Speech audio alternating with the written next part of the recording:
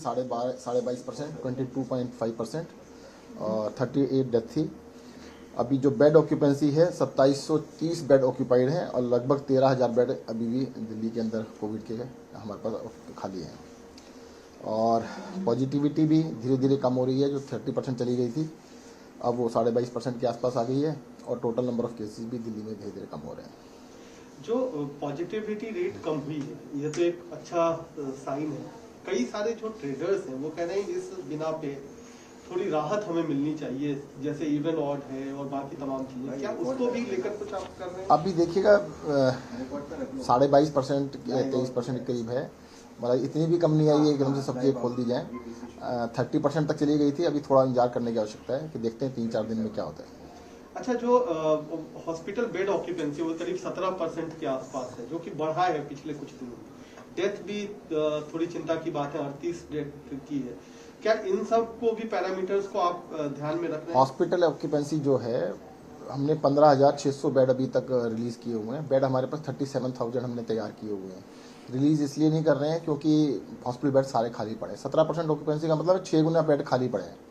एक bed occupied है तो 5 बेड खाली हैं, तो काफ़ी बेड अभी हमारे पास खाली है। ऑक्यूपेंसी बिल्कुल ज़्यादा नहीं है। और अब तो मैंने आपको बताया ना, पिछले 1 हफ्ते से जो डेली एडमिशन थे बिल्कुल नहीं बढ़ रहे हैं। पूरे 7 दिन से भी ज़्यादा हो गए, अब तो आज 8वां दिन है कि जो डेली एडमिशन थे वो रुक गए हैं। तो ये बिल्कुल क्लियर साइन है कि अब पॉजिटिविटी कम होगी। सर, रिव्यू किया जाएगा कब इसको, क्योंकि मुंबई में तो स्कूल खोलने की बात हो चुकी है। अब 3-4 दिन तो देखते हैं। देखो रिवर्सल है, डाउन है, परंतु कंफर्म बिल्कुल अच्छी तरह से हो जाए ना कि देखो 30% का 22.5% आया है, तो अभी आधा तो हो कम से कम। तो क्या अभी कोई डीडीएमए की मीटिंग कोई अभी जब कॉल होगी बता दीजिएगा।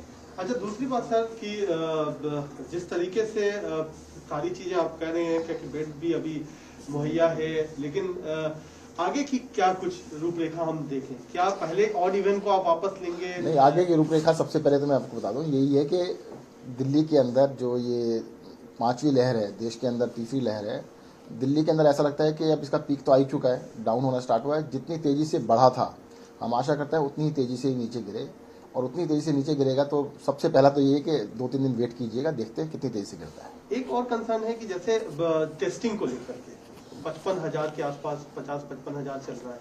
पहले आप चले गए थे करीब 1 लाख तक, वो एक कम क्यों हुआ है? और दूसरा जो कड़े नियम कर दिए हैं कि आप जब तक डॉक्टर का प्रिस्क्रिप्शन नहीं लाओगे, ओपीडी चल नहीं रही है कई सारे हॉस्पिटल में, कहाँ से लाएगा कोई? देखो पहली बात तो मैं बता दूँ, हमारे किसी भी टेस्टिंग सेंटर पे कोई भी आदमी टेस्ट कराने जाता है उसको मना नहीं किया जाता, सबका टेस्ट किया जाता है, पहली चीज़। दूसरी चीज़, नियम हमने कोई नहीं बदले हैं। केंद्र सरकार ने नियम को क्लैरिफाई किया है कि जिन लोगों को सिम्टम्स हैं उनका टेस्ट किया जाए, और जो हाई रिस्क है उनका टेस्ट किया जाए। साथ साथ उन्होंने कल क्लैरिफिकेशन ये भी दिया कि कम्युनिटी के अंदर भी कुछ जगह पर पॉकेट्स में जाके चेक करें, वो भी हम कर रहे हैं।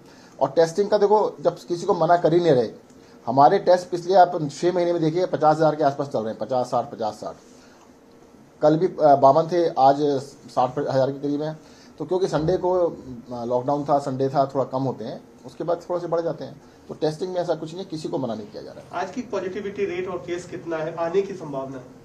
अभी जो डाटा कलेक्ट हो रहा है उसके हिसाब से लगभग 24% के करीब पॉजिटिविटी होगी और 13,000 के करीब केस होंगे।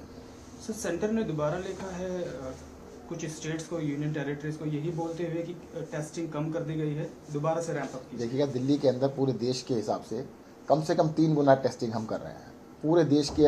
हाँ, बाकी राज्यों में हो सकता कम हो, दिल्ली के अंदर टेस्टिंग बहुत ज़्यादा कर रहे हैं और बढ़ा देंगे। नमस्कार, मैं हूं मानक गुप्ता।